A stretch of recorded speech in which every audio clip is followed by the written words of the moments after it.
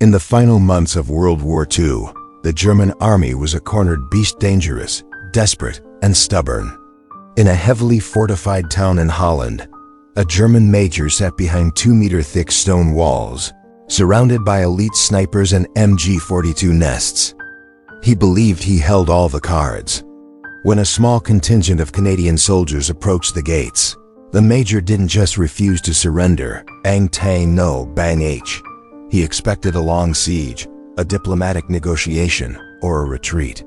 He thought he knew how the British or the Americans fought, but he didn't know the Canadians. He didn't know that behind that polite demeanor was a brand of warfare that the Germans had feared since the trenches of the Somme. The Canadians didn't call for a heavy bomber strike. They didn't wait for the generals to decide. Instead, they did something so audaciously Canadian that it turned a fortress into a trap in a matter of hours. This is the story of what happens when you tell a Canadian soldier no for the last time. Part 1. The shock troops. The German major, sitting in his concrete bunker, looked at his map and saw the symbol of a red maple leaf. He likely smiled. In the propaganda of the time, the British were the imperialists and the Americans were the amateurs. The Canadians? They were just the colonials' polite farm boys from across the Atlantic. He couldn't have been more wrong. If the major had asked any veteran from the Great War, the men who had survived, Vimy Ridge or Passchendaele, they would have told him a different story. In World War I, the Germans had grown to fear the Canadians more than almost any other Allied force. They called them Sturmtruppen, stormtroopers, long before the Nazis adopted the term. They were the ones who didn't just hold the line. They broke it. By 1945, that reputation had only grown darker and more lethal. The Canadian First Army had become the Allied clearing crew. While other divisions moved along the main highways, the Canadians were given the dirty, miserable, and high-casualty jobs. They were the ones tasked with clearing the Scheldt estuary, fighting through waist-deep mud and flooded fields to open the port of Antwerp. They were the masters of urban clearing, house-to-house, room-to-room violence that left no room for mercy. The Canadian soldier of World War II was a unique breed. They were volunteers, not conscripts. They were men who wanted to be there. And they had developed a tactical style that was as efficient as it was terrifying.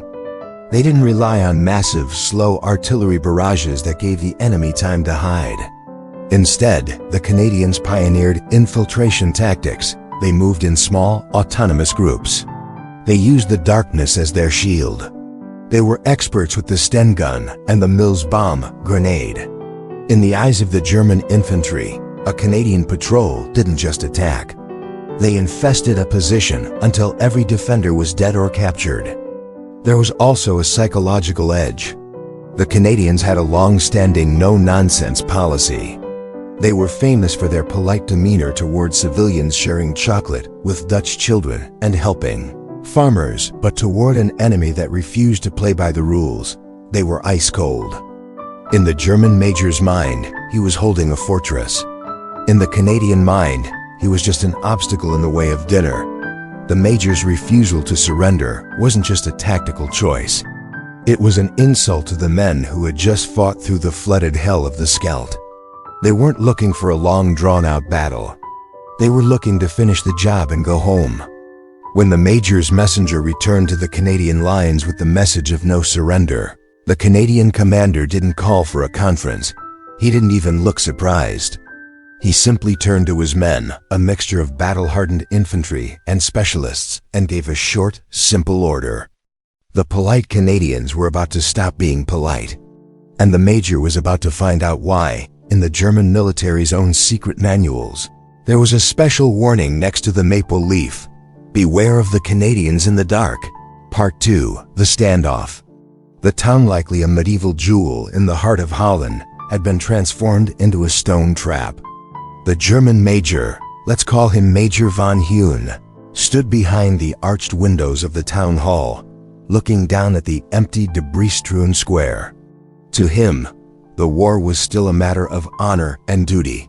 He had his orders from Berlin, not a step back. Fight to the last man.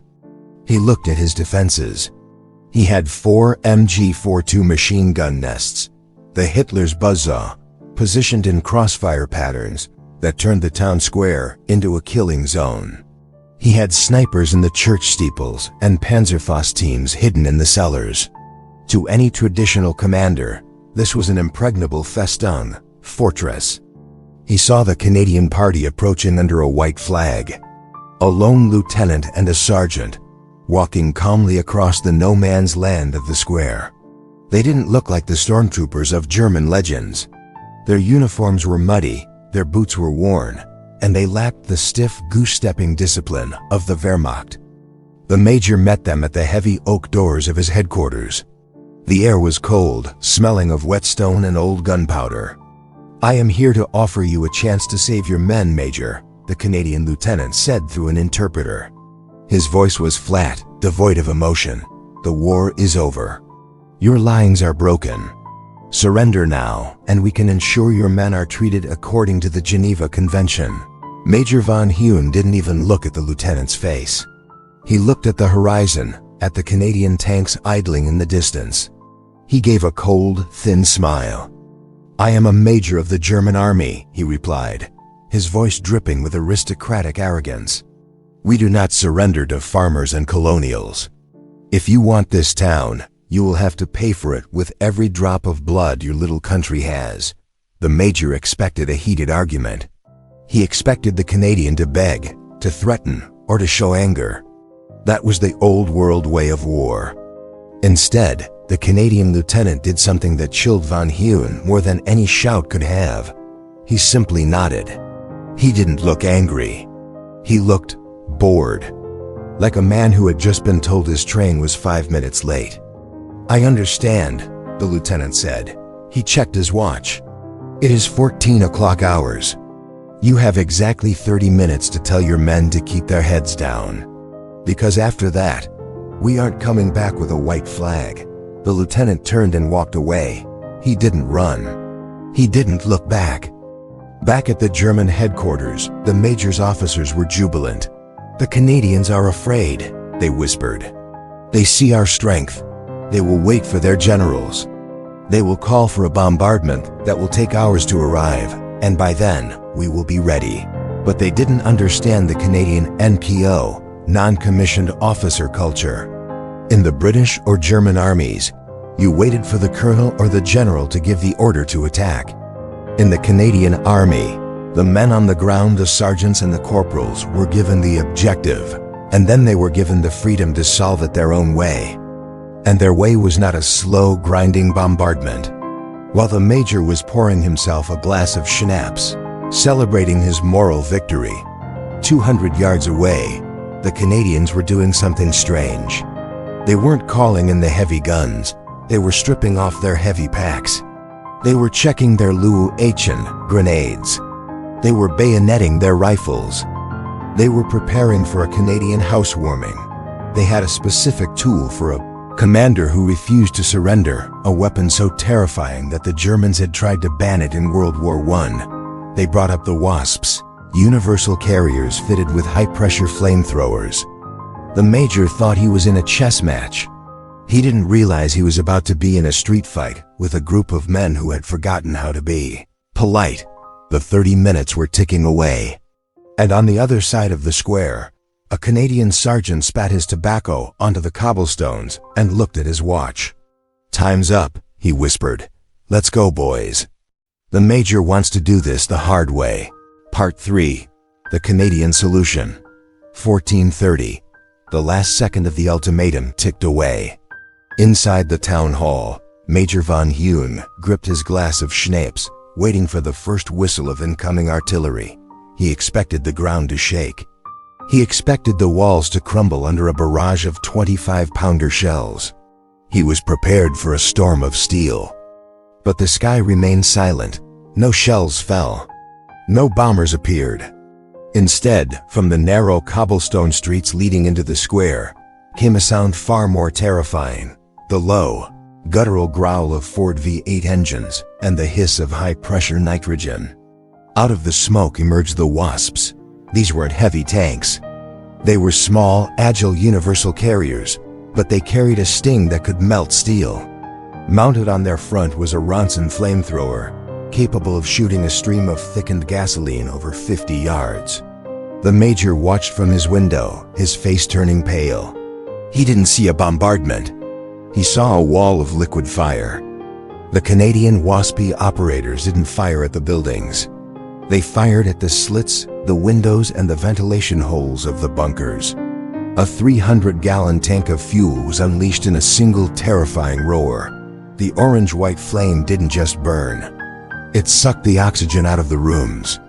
The MG-42 nests that von Huene had so carefully positioned were silenced in seconds. Not by bullets, but by the sheer, unbearable heat that turned the German machine gunners into screaming torches. "Smoke!" a Canadian sergeant yelled. Before the Germans could regroup from the fire, the square disappeared. The Canadians unleashed a smokescreen, so thick you couldn't see your own hand. In the military manuals, smoke is for retreating. For the Canadians, smoke was a cloak for the hunter. This was the Canadian housewarming. While the Germans were blinded and choking on the fumes of the flamethrowers, the Canadian infantry, the Maple Leaf Boys, moved in. They didn't move in a line. They moved like ghosts through the gray haze. They didn't use rifles. They used Sten guns, short, ugly, and lethal at close range. Rat-tat-tat-tat. The sound of the Sten guns was everywhere and nowhere. The Canadians were clearing the buildings top down. They didn't kick in the front doors. They used mouse holing, a technique they had perfected in the bloody streets of Ortona. Instead of going into the street where the snipers could see them, they blew holes through the interior walls of the houses with plastic explosives. They moved from bedroom to bedroom, parlor to parlor, throwing a Mills bomb grenade first and asking questions never. Major von Huene, trapped in his headquarters, heard the thud of grenades getting closer. Each explosion was a heartbeat. One house away, 2 houses away. His elite snipers in the church steeple? They were being hunted by Canadian counter-snipers who didn't wait for a clean shot. They simply used PIAT anti-tank launchers to collapse the entire belfry.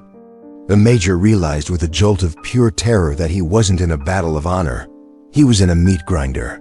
The Canadians weren't fighting for territory. They were cleaning the town like a surgeon removing a tumor. He looked at his officers. The arrogance was gone. The colonials they had mocked were now inside the perimeter. They could hear the Canadian soldiers shouting to each other in a mixture of English and French-Canadian slang, a language of war that the Wehrmacht didn't understand.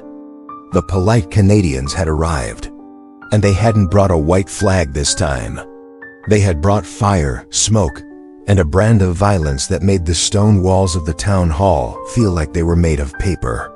The WASP carrier pivoted in the middle of the square, its nozzle turning slowly until it pointed directly at the Major's front door. The hiss of the nitrogen was the last warning.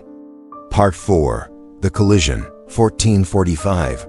The heavy oak doors of the town hall doors that had stood for 3 centuries shuddered under a massive explosion. It wasn't a shell from a distance. It was a satchel charge placed by a Canadian combat engineer who had crawled through the smoke like a lizard. The blast didn't just open the door. It turned the entrance into a vacuum of fire and splinters. Inside his office, Major von Huene felt the crystal chandelier above him shatter, raining glass onto his map of a Reich that no longer existed. He reached for his Luger, his heart hammering a frantic rhythm against his ribs. The farmers were no longer at the gates. They were in the hallway. The silence that followed the explosion was short-lived. It was broken by the rhythmic mechanical cough of Sten guns and the sharp crack of Lee Enfield rifles. The Canadians didn't enter like a traditional army. They didn't march. They swarmed.